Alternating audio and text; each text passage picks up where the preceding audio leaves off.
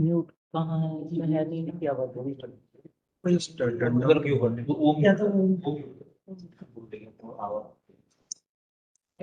एको होगा, अगर दो चलेंगे तो एको होगा। इसका यहाँ से साउंड आता। Okay. Hello, Vikas, I am audible? Yes, ma'am. Yes, ma'am. No, but I couldn't hear you. Yeah. Hello. Am I audible, ma'am? But that the text पे है या नहीं है? Connect audio बोल रहा है, तो it is not. Am I audible now? Hello. फिर उसको म्यूट कर, फिर अब ठीक है अब कर, अब कोई इशू नहीं। अब म्यूट है, अब कोई दिक्कत नहीं है, अब उस पे आएगा। Now tell me. So Vikas, I am audible now? Yes, ma'am. Yes, perfect, perfect. So should I start?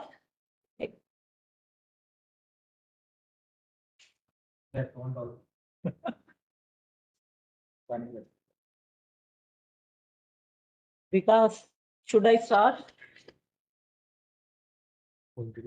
अच्छा,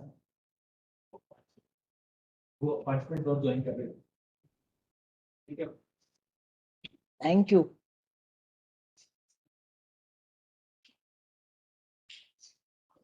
Am I audible? Yes. Okay, thank you, ma'am. So basically, let me just briefly introduce Dr. Nityanan, ma'am. She is working as an associate professor in the Department of Computer Science and Engineering at MNIT Jaipur, and she is having more than 23 years of experience in teaching. So definitely that will be very much helpful when it comes to describing the concepts, and even the research areas that ma'am works in are basically the pattern recognition, machine learning, and bioinformatics. So uh, she has also published many research articles in the Journal of Repute from various journals. Apart from that, she has also published. She has also chaired a program in 13th, 14th, and 15th IEEE International Conference on Signal Imaging, Image Technology, and Internet-based systems.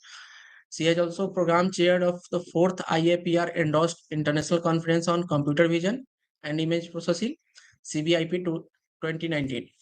She has several sponsored research projects under her supervision. So with immense, this much immense. Vikas, I think we can start. It's okay. Okay, thank you so much for joining us, ma'am, and giving us the time. So hope the participants will enjoy the session. Thank you, ma'am. Yeah, I hope the same. Yeah. Okay, thank you. So today I'm here to give you an overview of introduction to deep learning. So what is this deep learning, when it became significant, and how we have come from machine learning to deep learning, basically from artificial intelligence to deep learning. So in the 1940s, we started with machines which were compute capable, that they can do computations very fast, because it was the post-war scenario, and the main task was to compute the projectiles and the path that the missiles will take. Those kind of computational requirements were there. So the machine requirement was compute efficiency. Now in the late 40s, there was a clutter going on. There was a discussion going on around the world that can we design something in such a way that the machine can think also. So in that perspective, people started looking at how a human brain works. So the human brain cell is called a neuron. So in the early 1940s, a neuron cell was designed as and the working was wired and designed in such a way as a human brain cell works. So how the human brain cell works is something like this, that there is a cell, we call it a nucleus or a neuron. It accepts various pulses, impulses from different neuron cells or different organs in the body. And then if the summation of all these pulses is greater than the threshold, then it sends a signal to any organ or any other cell in the body. That's how a human brain neuron, biological neuron works. So based on this principle, the first artificial neuron was designed in the 1943, and it was designed by Warren Baculo and Walter Pitts, and they call it as a neuron. So you can see that what we have done, we say that there is a cell body. What the cell body is doing is it is accepting input. We denote the input in machine learning or artificial intelligence or deep learning with the help of the symbol X. X is the input. Since the input is multidimensional, X becomes a vector. So this is X1, X2, and if there is n-dimensional input, then it is like. So all these n impulses that the biological neuron is getting from the other cells, they are encoded in the form of a vector. Now every input is connected to the neuron with the importance that this input should have, and let's call the importance as the weight or the parameters. So what the cell is doing is it is doing a summation of Wi xi. Wi is the weight which is connecting xi to the cell. So for example, if there are three inputs, I will write a W1 x1 plus W2 x2 plus W3 x3. I'll do a summation, and this will be, let's say, this is equal to Z. Okay. So now the summation of the impulses that are coming there and they're correspondingly multiplied with the weight will generate Z, and I'll apply a function over to Z. And let's say if this is greater or equal to 0, I say that this is class 1. Otherwise, it is class 2, class 0. So I'm kind of doing, so it is like supposing I touch a hot plate, and if the temperature is so that my fingers will burn, so the cell will be, the neuron should be sending me a signal that withdraw your hand. So if Z is greater than the threshold that I can tolerate, then it is withdraw the hand, otherwise you do not withdraw the hand. So this is kind of becoming a binary classification problem. Now, this binary classification problem is linear in nature because what I am doing is I am saying if it is I'm finding a hyperplane, if it is a two-dimensional data, I'm kind of finding a boundary where fz equal to 0 on the boundary, fz is less equal to 0 on one side, and it is greater than equal to 0 on another side. So this becomes a binary solution for binary classification problem. This becomes my class B. This becomes my class A. Okay. So this neuron, which was defined by McCullough and Pitt, it was not a learnable neuron. We have to find out weights, and once the weight are decided, then we feed the input and then we get the output. So what was now the requirement? The requirement was let's automatically learn the weight so that the neuron learned by itself. So in 1957, Rosenblatt proposed a learnable neuron, which is called perceptron. So now the functioning of the perceptron is same. As I have told you, every input is connected to the cell with the help of a weight, and we are adding a term bias to it. What is bias doing? Bias is kind of like you are moving the activation function in the left or right direction. If the boundary is data is not zero centered, otherwise the boundary has to pass through origin.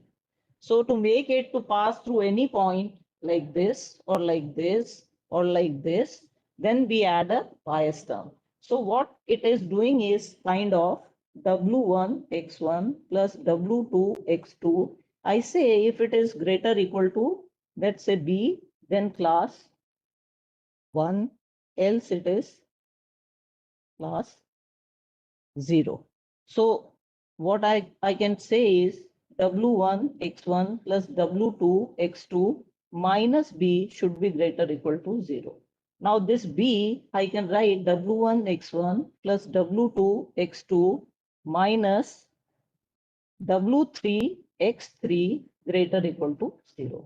So now I can write the x vector to make the bias a part of the weight vector. I can write it as x1, x2, and this x3 will always be 1. And the corresponding weight with which it is getting multiplied is W1, W2, and this W3 becomes the bias term. Okay, so this will give me this equation.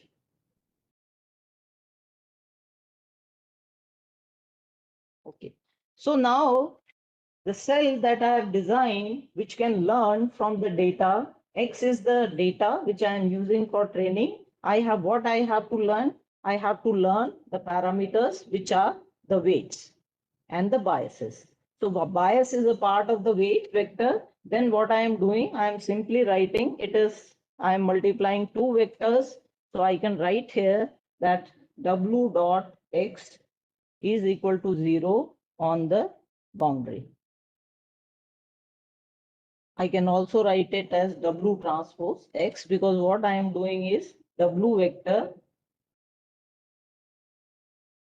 is getting multiplied by X vector, and I am getting a linear decision boundary.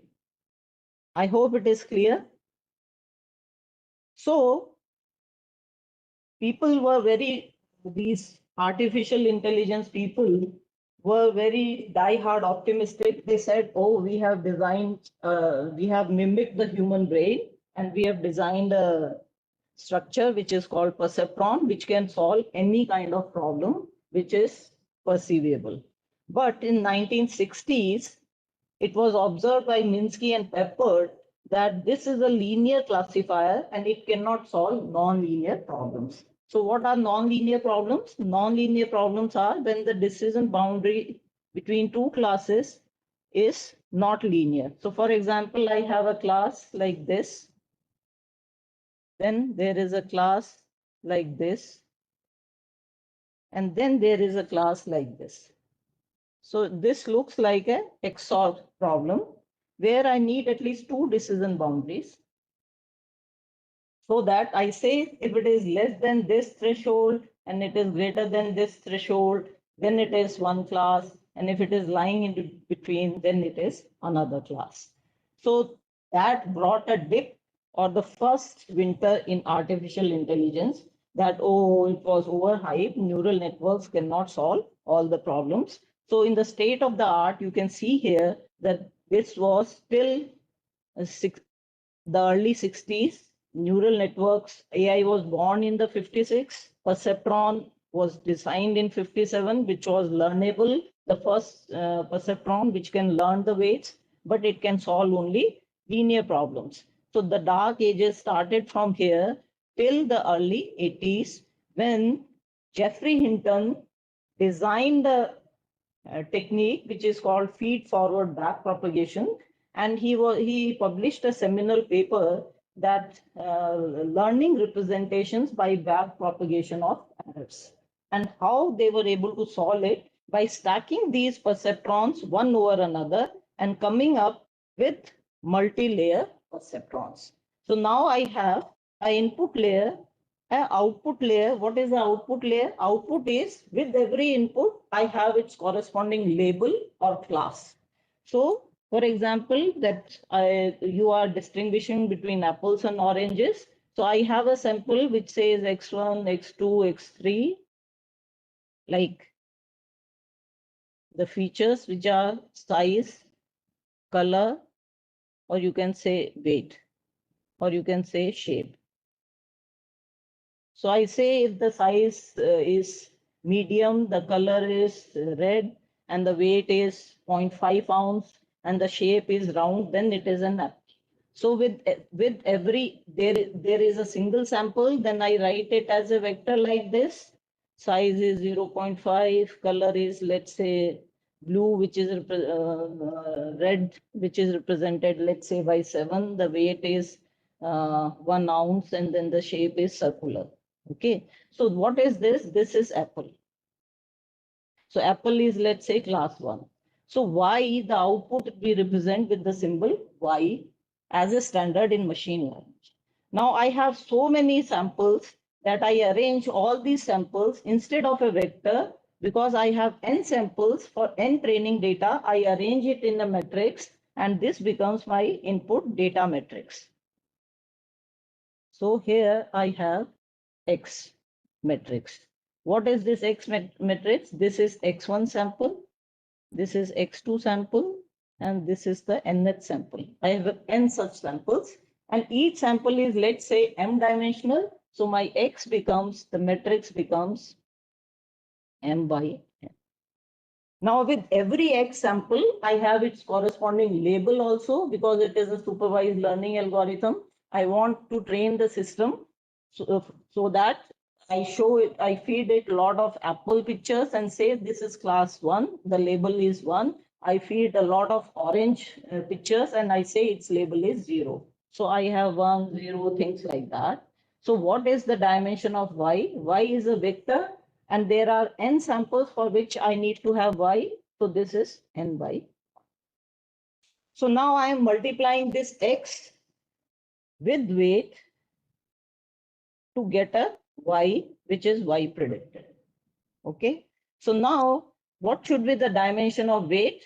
Because I have X as m by n, and the weight vector is the weight is a vector. So weight is n by, right? Because, no, sorry, m by n. Is that okay?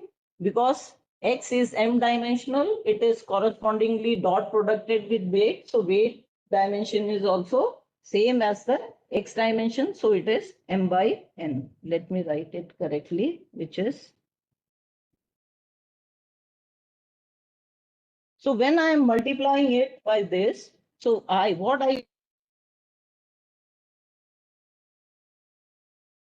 that it becomes n by m. The weight matrix is m by 1. And so I get the output, which is n by 1. Is this okay?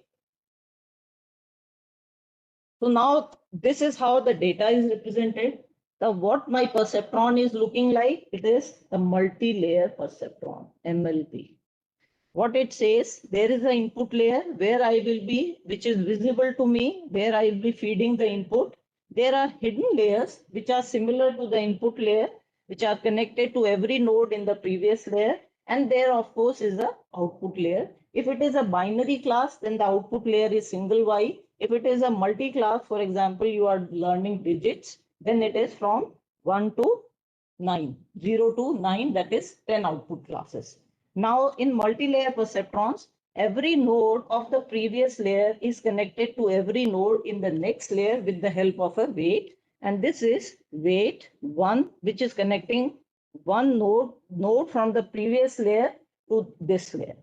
Then 1 to 2, and like this, W1 to M.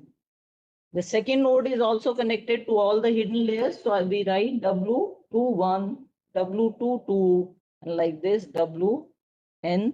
And similarly here, there will be weights, which is, let's say, whatever it is. So W, this node is, we'll need a H from H1 to Y1. W H1 to Y2. So I hope you understand the concept that between two layers, we have a weight matrix. Weight is coming from n dimensions to m dimensions. So the matrix will be from n by n. So as the number of layers, so hidden layers can be as many as we want.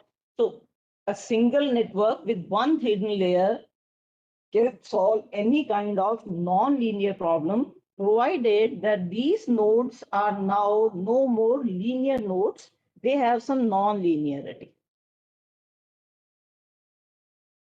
Okay, the functionality is something non-linearity. Let's see what that is. So in the 80s, the feed-forward back propagation algorithm was proposed by Rumelhart and then Geoffrey Hinton too, and we came up with the network architecture, which has at every node there is an activation function which is non-linear. So here onto the screen you can see that this is because now I am using the word activation function.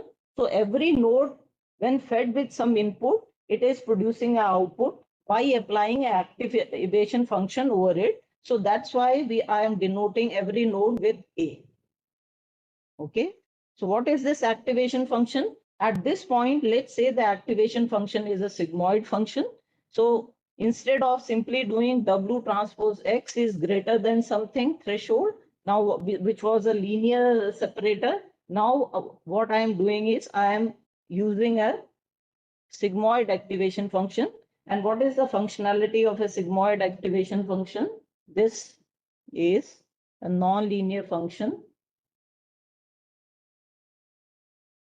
So what the activation function at every node is doing, it is taking the summation of Wi, Ai. Ais are the activation functions from the previous layer. That is the output prepared by the previous layer.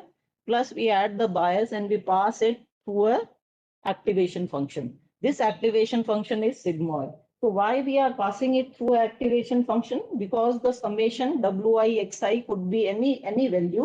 And we are particularly interested in, if it is a binary class, we are interested in 0 and 1. So we want to squish this any value to a range which is meaningful to us.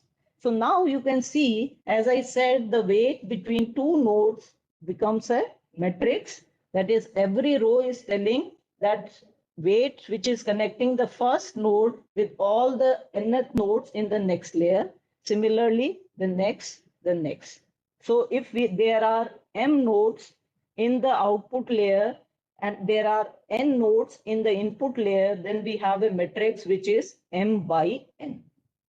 And this is getting multiplied, this weight matrix is getting multiplied by these n nodes. In the previous, this is kind of W into X.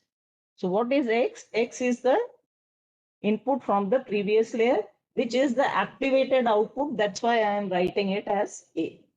The superscript is telling the layer, the subscript is telling the node in the layer.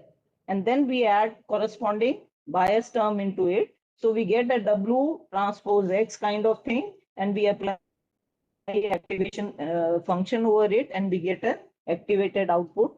At this diagram, the A1 as the output. I hope it is clear. Can we unmute the participants and see that this is clear? Or they can message that everyone is understanding?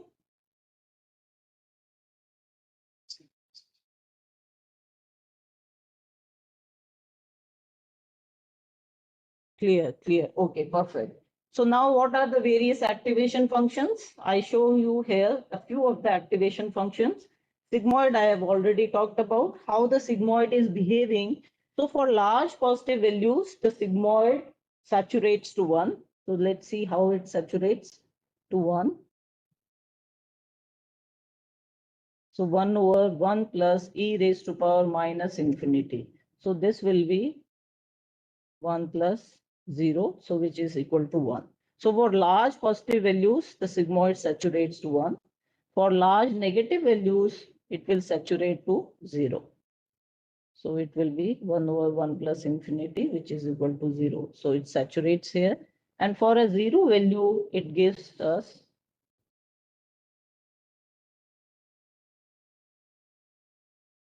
1 by 2, which is 0.5. So it is the behavior of the sigmoid activation function. You can see here, it is S-shaped, it is differentiable, it is continuous, and it is non-linear, which was the primary requirement to handle non-linear problems. Now, there is in some of the cases, the requirement is, and of course, it is giving the output as 0 and 1, something, a value between 0 and 1. which helps us in classification that if it is near 0, if it is greater than 0.5, it is class A. If it is less than 0.5, it is class B. And because the value is coming as 0 and between 0 and 1, we can associate it with probability that if the probability is greater than 0.5 and if it is near than 1, then we are very confident that the prediction is correct. And if it is near about 0, then we are confident that it is class 0. But in some cases, we want the classes as -1 and 1. In that case, tan h is the activation function which can be used. And the behavior of tan h is shown here. So it is zero-centered. The value varies for large positive values. It gives the value is +1, and for large negative values, it is -1, and for 0, it is 0.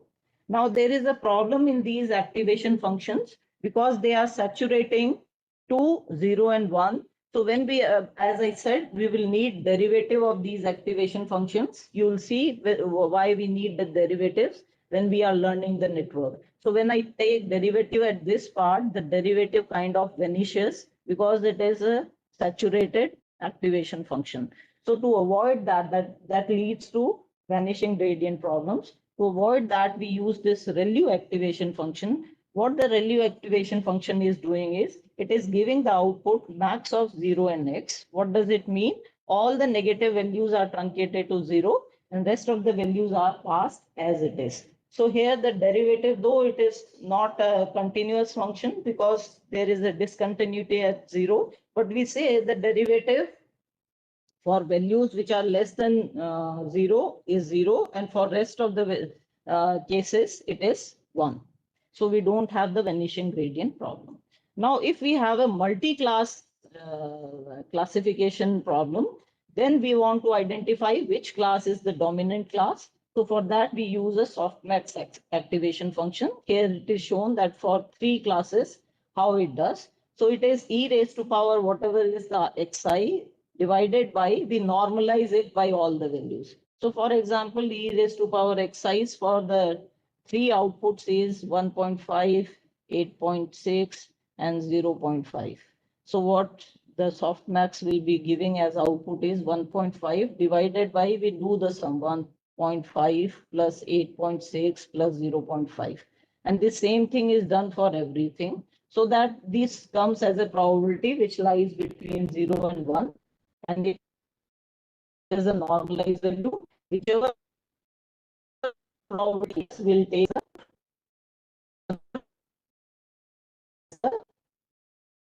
so now I said that we are in continuous probability. So why we are the multiple the concept with the help of a shutdown. So now I have which is 2 by 2, and I want to need the layers. Yes, say 2 by 2, and I want to what is the image is passed as vector. As I said, input is a vector. How it is done is, I flatten the input, which is the first row becomes multiple layers than the column. Two at the input of the column, and the second will be appended to the first. So this is coming here, this is coming here, this is coming here, and this is coming. So now this becomes a 4 input vector. So this input goes to a input layer, which is as it is. So now the calculation function attached to it. So you can see here that this node, the first node, is connected to the this first node is connected to the first pixel. This second node is connected to second pixel. Let's say this is connected to this, and this is connected to this. Now you see that this input layer is affected only by a single pixel, though there were 4 pixels in the input. So what you say is, for this input layer, the receptive field is very small, which is marked here with blue. It depends only on the value of this pixel. This node depends on the value of the second pixel. This node depends on the value of the third pixel, and this node depends on the value of the last pixel. Rest of the 3 pixels does not hold any meaning for this input layer. But when I go to a layer which is next to the input layer, you can see that for the first node in this layer, this node in the second layer, now here the input is coming from this node. This node is this, and this is missing here. There should be a connection here and this. So now the receptive field of the second node in the second layer becomes 2 pixels. Now the value of this node is affected. What are the values of the node? They are nothing but numbers. Now it is getting affected. 2 of the pixels are determining the value of this node. Now what happens in the next layer? It depends on this input, which is this, and it depends on this also. So which in turn depends on these 2. So it depends, the receptive field increases to all 4 pixels.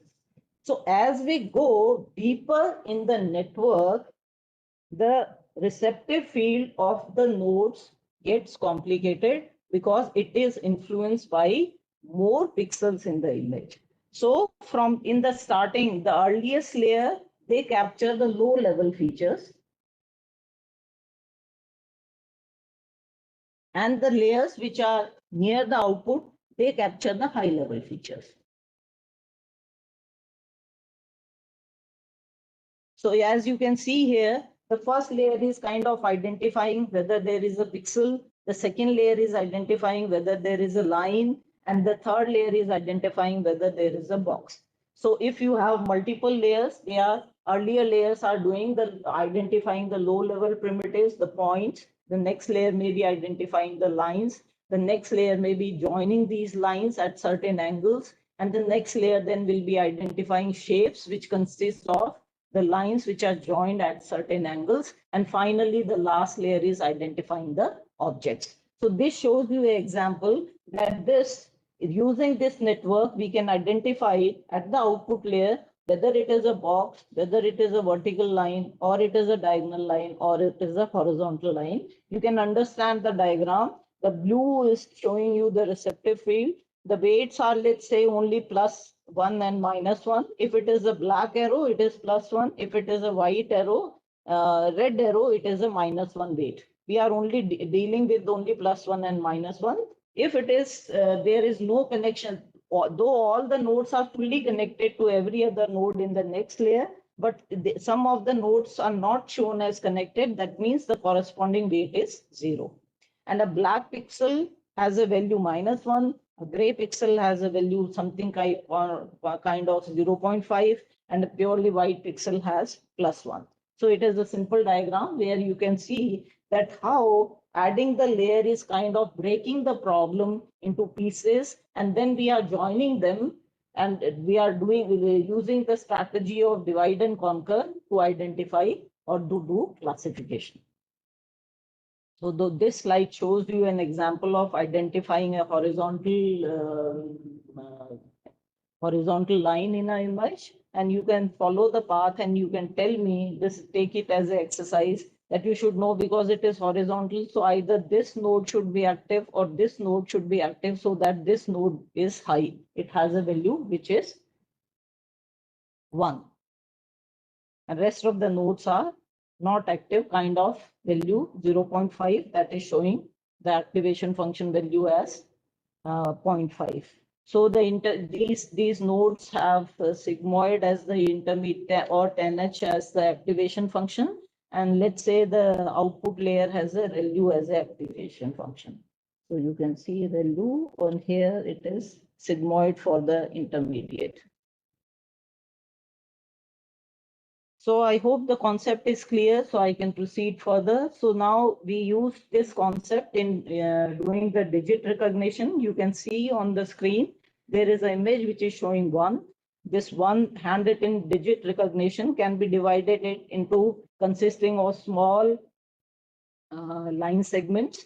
And when we join the small line segments, it gives us a big line. The second is, if it is a loop, then the loop can be again broken into small line segments. And if different layers are identifying these small line segments, they can join and identify it as a loop. If it is a 9-digit, it consists of a loop and a line. 8 can be consisting of a loop and a loop. And 4 is a vertical line and a horizontal line joined at some point. So that is how digit recognition can be done by implementing it with the help of a deep multi-layer perceptron. So as we go deeper into this, more and more layers are added, and that's why it is called deep learning. It is just learning multi-layer perceptron, but then it is becoming very deep in width when it is called deep learning. So here you can see a nine digits. This is coming from the MNIST data set. This every image is 28 by 28. So when I multiply 28 by 28, it is 784. So every row becomes a vector. You append the vector and you have a dimension which is 784 by 1. So this is going as 1 here. So you can see some of the pixels which are going to the first layer, they are on. So let's say you can say these nodes are active. They have a high value. This affects some of the nodes in the next layer, activates them. A combination of which activates some node in the next layer.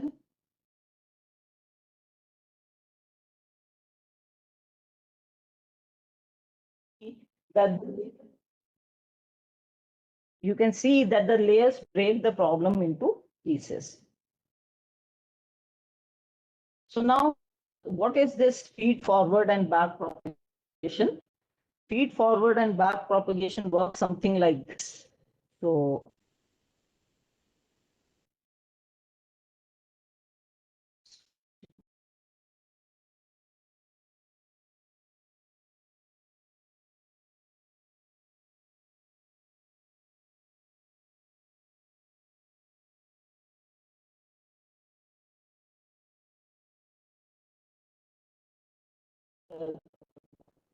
layers are shown as in the first layer, the nodes are F1, F2, F3. In the second layer, it is F4 and F5, and there is an output layer which is F6. So first of all, the input is fed from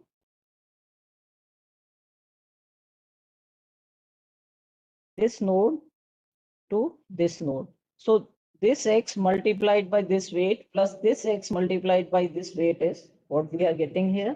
We apply a activation function and we generate Y1. Similarly, I'll generate Y2. For Y2, it is X1 into this weight plus X2 into this weight, which is this, and an activation function F2, and I get a Y2. Similarly, I'll get a Y3.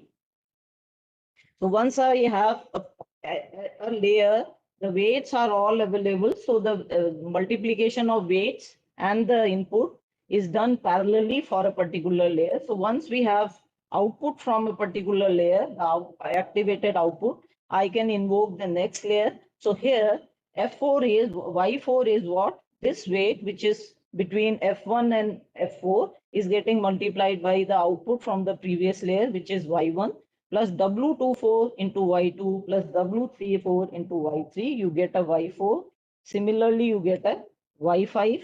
And using Y4 and Y5, you'll have a weight which is connecting 4 to 5. You will have a weight which is connecting 5 to 6. And you will multiply it with the corresponding Y4 and Y5, and you will get a Y6. So this step was when the input is passed from the first layer till the output layer to produce the output. This is the output we get. This is called feed forward step. Now there is a step which is called back propagation.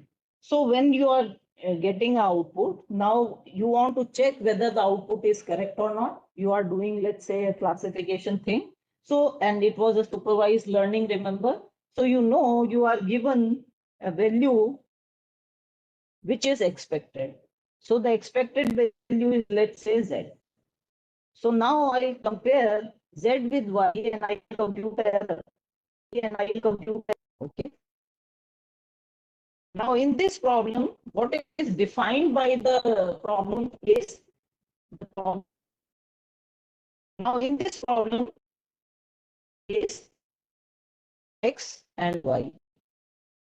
Okay, I know the x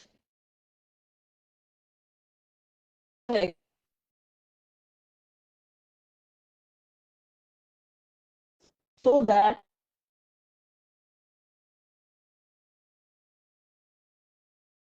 y, what I have to do x is for all parameters that the way that I multiply w and x, I get the outside, I get the. Is this okay? So error is what? Z minus y. Now this error I get a negative. We are only interested in the magnitude. So we take instead of absolute value, which makes it a non-differentiable function, to a square, and we take the mean square error as the error. And this we will compute for all the xi's, and we'll do a summation here, and we'll get the.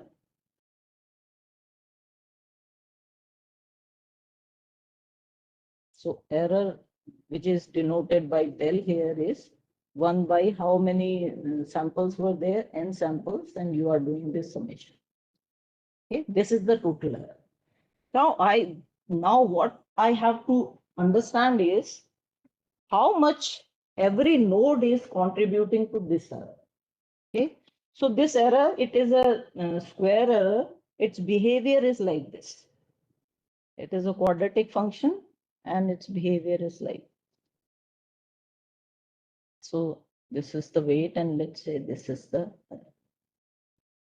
So what I want to identify is there is a closed form solution, but in the closed form solution, we have the metric size is very large, and taking inverses of very large metric sizes leads to numerical errors. That's why we do not prefer that. Instead, we prefer an iterative procedure. What is that iterative procedure? That is gradient descent algorithm. What does it say? It says that, for example, you are at a hilltop and you have to reach the bottom of the hill, which is a mid. So to reach the bottom of the hill, if supposing your view it is foggy and you don't have the view of the complete terrain, even if you have the view of the complete terrain, to reach the bottom, you take small steps in the direction of the negative slope of the hill, so that you are reaching the minimum. When you are at minimum, the slope is 0. So what you are doing is, supposing my weight is Wi, I increase it by a small unit, which is Wi plus 1. So here the slope is error with respect to weight, and this is a positive slope. Okay, so to reach the minimum error, which is here, what I have to do is I have to proceed in the negative direction of the slope, so that I reach the minimum, and slowly and gradually. Similarly, if I am on the other side, then when I am decreasing the weight, the error is increasing. And how to decrease the weight, because the slope is negative here, so I have to add something into it so that I reach the minimum. So gradient descent is what I have to learn is what small change in weight is bringing what small change in error. And I want to bring the small change in such a way that a small change in the weight is bringing a small change in the error in such a way that the error becomes minimum. This is called gradient descent algorithm. And this we do iteratively. At every step, what you are doing, Wi plus 1, the weight update will be the previous weight minus, because you have to proceed in the negative direction of the slope. There is a learning rate, which is a small step. And what it is the gradient of E with respect to W. So now there is a term gradient. I hope you know gradient. What is gradient? We have a derivative of function x. Okay. So when the x is multidimensional, multivariate, for example, 3, then the gradient of this function becomes a vector. The first derivative of this function becomes a vector, and which is partial differentiation of the function f with respect to x1, with respect to x2, with respect to x3. Is this all right? So I have to find out, because I want to decrease the error. So I want to see, because I have to learn the weights which will give me the minimum error. So what I have to see, I have to differentiate the error with respect to all the weights and proceed in the direction of the negative gradient. How I do it? This error I'll back propagate till the first layer. So how much this error is getting contributed by this node is in terms of this error with respect to the weight which is connecting F4 with F6. So I can say the node F4 is the error contribution from node F5 is with respect to W46 and the total error here. Similarly, you can say the weight, the error contributed by F5 is W56 into del, which is delta 5. So I'm back propagating the error. Here, the node F1, at the node F1, you know that the contribution is coming from multiple nodes. W14 into delta 4 plus W15 into delta 5. So this way, you back propagate the error till the first layer. So what is feed forward? Feed forward the input from the input layer to the last layer, produce a output. Input layer is visible to me, output layer is visible to me where there is error. Now, which node is causing how much of error is connected through a weight. So that corresponding weightage and the error at a node, I want to decrease that in such a way that the total error decreases. So I distribute this error till the first node and then I update the weights. So you can see here the weights are updated by the gradient descent formula, and there is a plus coming here. Why the plus is coming here? Because the error taken was z minus y whole square. So when you will differentiate it, usually it is taken, so it will come as 2m and z minus y, and y is differentiated, it is minus 1. So that's why the minus and minus becomes plus. Had it been y minus z, which is the same thing, then it will be simply wi plus 1 equal to wi minus eta and the gradient of error with respect to weight. Is this okay? This is feed forward back propagation.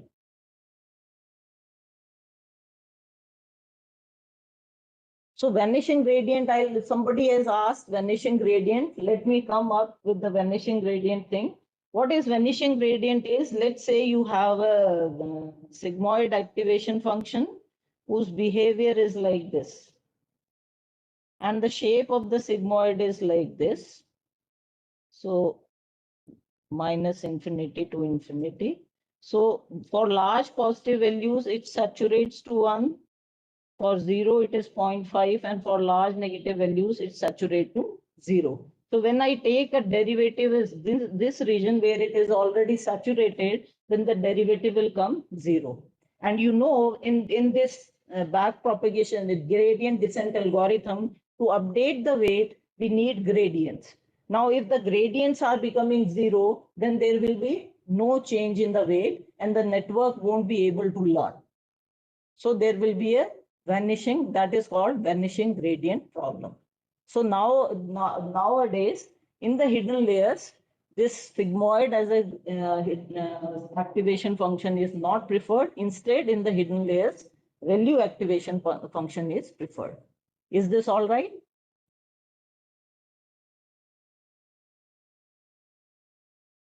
Okay. So now coming back to, because we need now these gradients. So let's say, how do we compute them?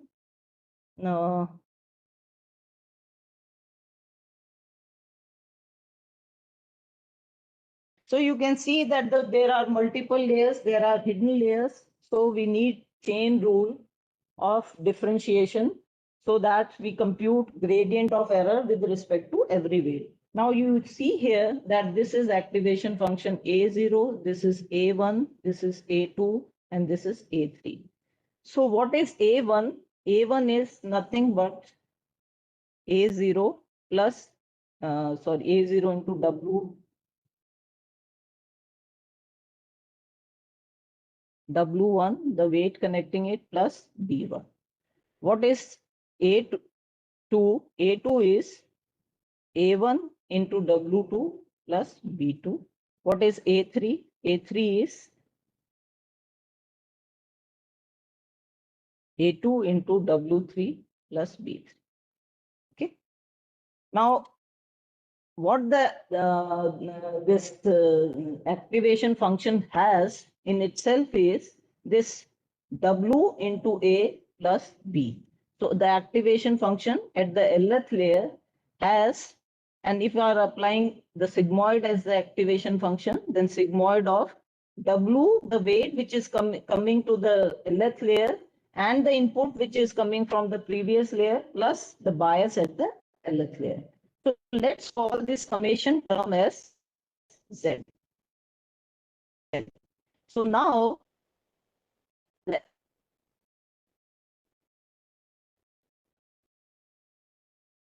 LF layer becomes B. Okay. The weighted sum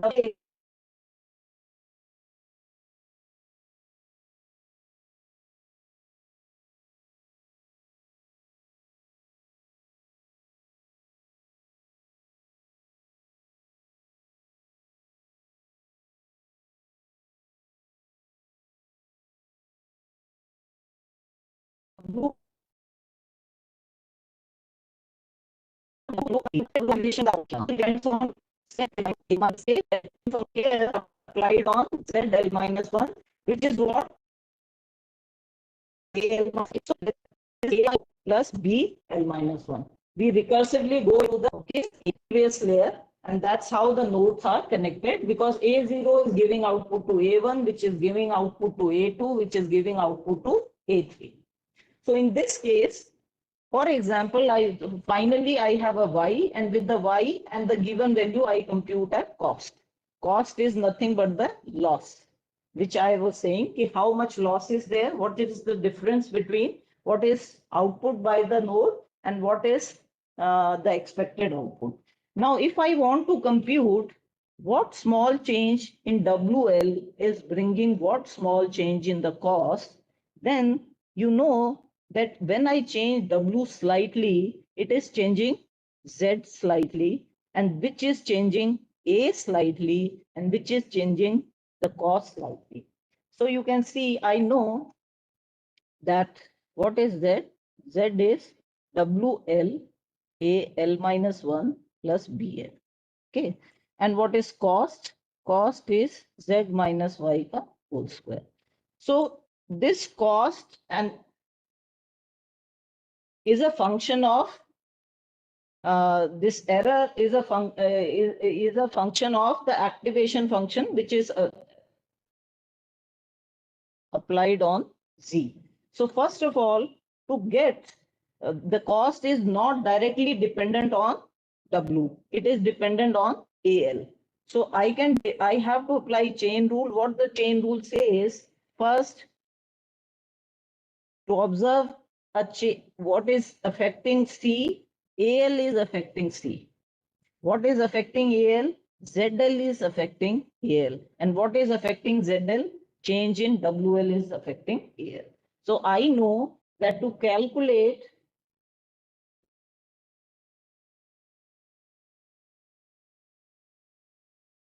the gradient of cost with respect to W of the LF layer, I know that cost is a function of activation function at the LF layer.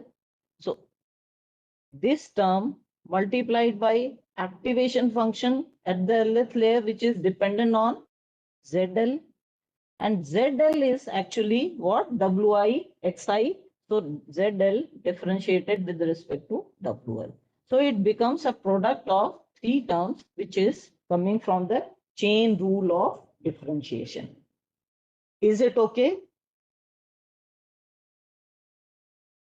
So you can see here. So now I know when, so it consists of three values. So what is differentiation of Z with respect to weight? We know Z plus WL Z is nothing but here it should be equal to WL AL minus 1 plus BL. So when I differentiate it with respect to weight, I get AL minus 1. What is AL? AL is a sigmoid of ZL. So when I differentiate the sigmoid with respect to ZL, I get the differentiation of sigmoid. And this is cost. You differentiate the cost with respect to AL, you get 2 AL minus 1. So now finally, the differentiation of cost with respect to weight is a product of these three terms. This is coming through chain rule of differentiation.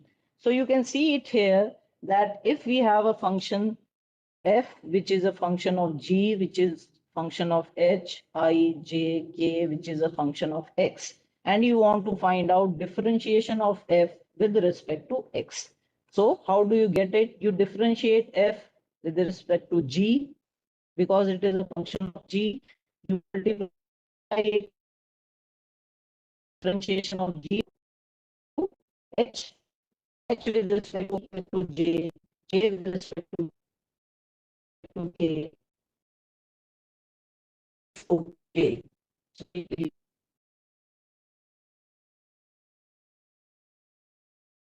you do differentiation of respect to it, which is it should be w0 0 से करना हो w with respect to h with given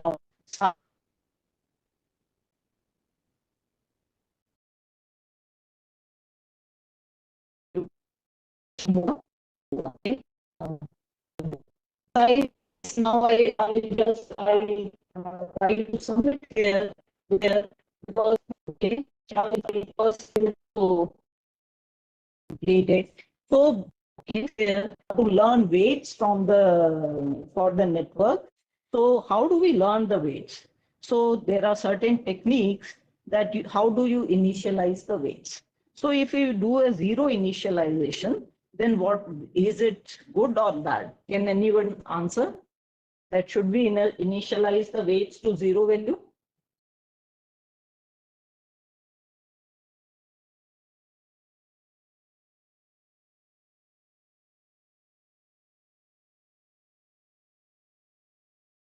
So let's see, let's practice it on these three activation functions. I'll show you the first. So if I do zero initialization, then I know that W11 dash for this network is equal to W12 dash equal to W21 dash equal to W11 double dash equal to W22 double dash. And let's say I have a sigmoid activation, value activation function. First, we are studying value.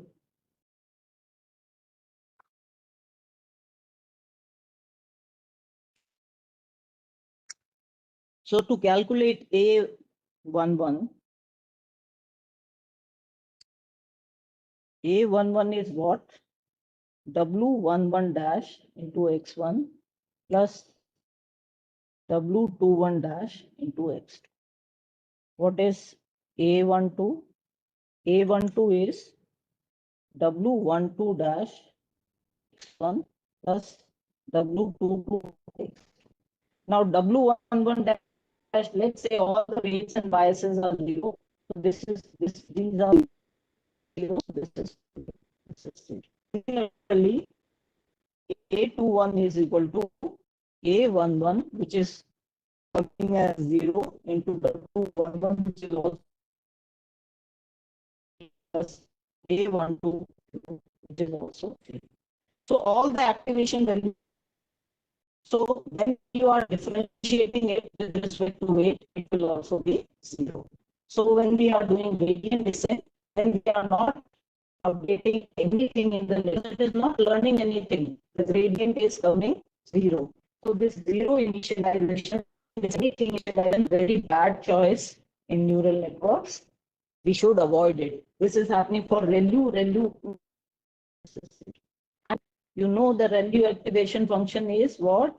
Max of 0 and the value. ReLU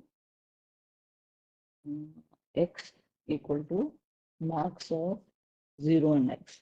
So, and I am getting everything 0, so the output will be 0. Now, what happens when the activation function is tan h? So, you know that tan h is e raised to power x minus e raised to power minus x. So, e raised to power x is when the value is 0, the summation is 0. So, e raised to power 0 minus e raised to power minus 0. So, this is 1 minus 1. So, again, it will be 0 and all the activation functions will be 0 and there will be no update.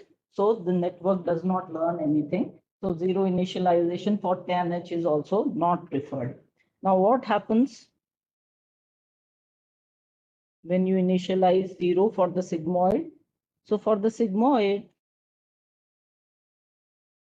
the summation is 0. So what I get is I get 1 by 2, which is 0.5. So I'll get the same value for all the activation functions. Same value here and same value here. So when I'm getting same values for the activation functions, when I do a derivative, the derivative will also be same. So every weight, this weight, you can check it mathematically also. This weight gets up and this weight becomes same. And if there are n number of outputs from a node in a layer, all these weights becomes equal. And for the next node, all these weights becomes equal. So in the same layer, these becomes equal. So for the next layer, which is a summation of this weight into something plus this weight into something, that value becomes same. So again, the activations will be same. And when we are doing the differentiation of the activation with respect to weight, then we'll be getting the same update for all the activations. So they are not learned, they are learning the same thing. So the network becomes kind of a linear. All these nodes are learning the same thing in a layer. So instead of n nodes, it behaves like it is a single node. So the network kind of becomes linear and it no longer learns the non-linear patterns. So what should we do? Should we initialize it to random initialization with very small weights? So if you do random initialization with very small weights, you know that at a point when we are passing for activation function, we are doing wi xi.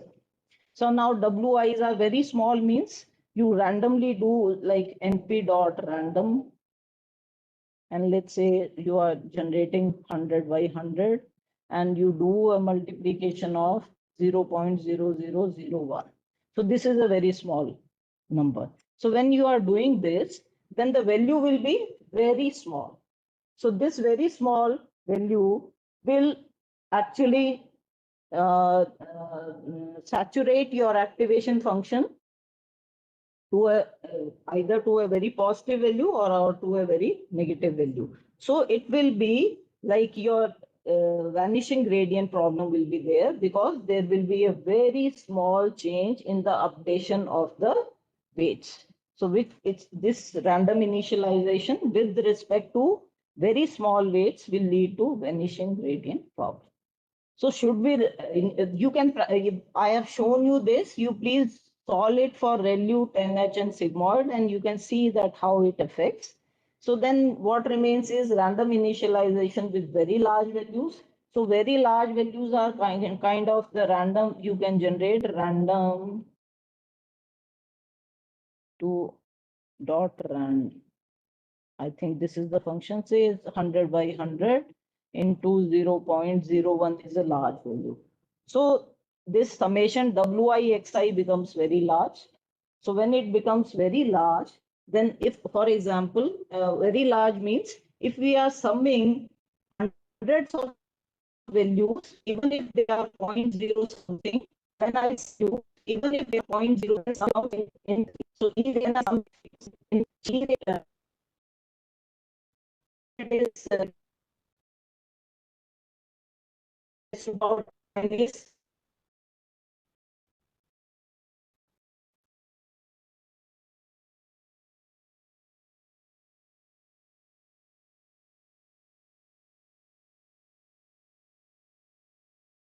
coming towards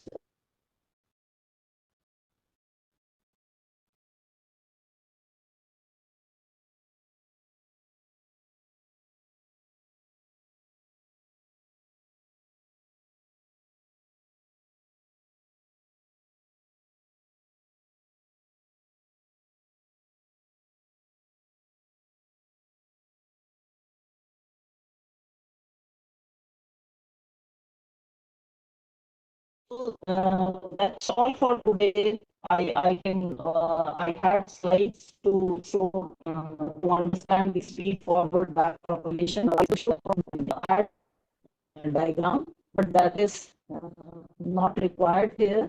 Perhaps you can have a demo for. I can give you a code where I have written the code for to test this initialization, constant initialization, random initialization with very small values, with very large values, and you can check it that how it affects the network. So these values are kind of the hyperparameter settings. कि initialization क्या करना चाहिए, number of layers in the node, hidden layers कितनी होनी चाहिए, number of nodes in the hidden layer कितना होना चाहिए, the network design that you are doing, these are hyperparameters where we use some heuristics, some prior information, or on test and error basis, we choose the structure of the network. What is defined by the problem is input and output is defined by the problem. What we are learning in these deep layer feed forward back propagation algorithms or in the neural networks, we are learning the weights which satisfies when we multiply it with the new X. Once the network is learned, we have a learned W, which is optimal. And then given an unknown X, then I multiply with W, I get the expected output, which is Y, which I say is the prediction. If it is a class, if it is a value, then I say it is a regression value. So I hope this is okay. Because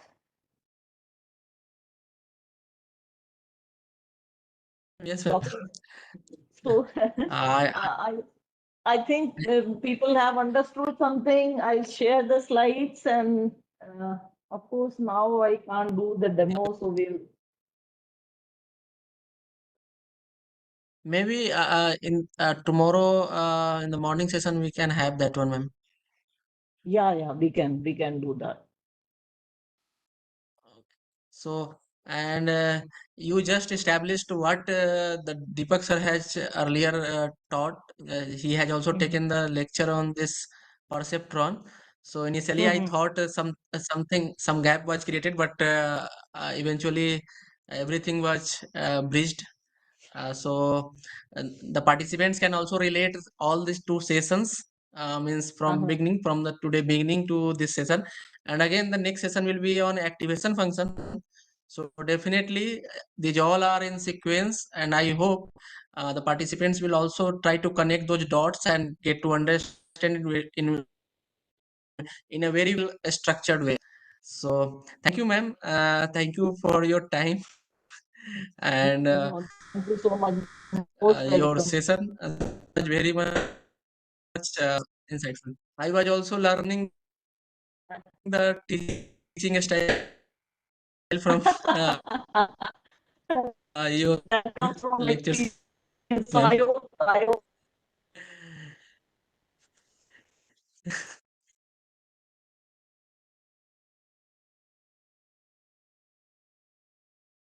I explain in the layman term. Yes, ma'am. It was very much clear, and I think in depth also. It covered all the aspects. So the next session is completely related to the last topic. Yes, yes, ma'am. The That's last topic good. that you are discussing is again the next session itself. Yeah. That's good. Okay, That's thank you good. so much, ma'am. So, thank you, Vikas. So I can leave now. Okay. Yes, yes, ma'am. Okay.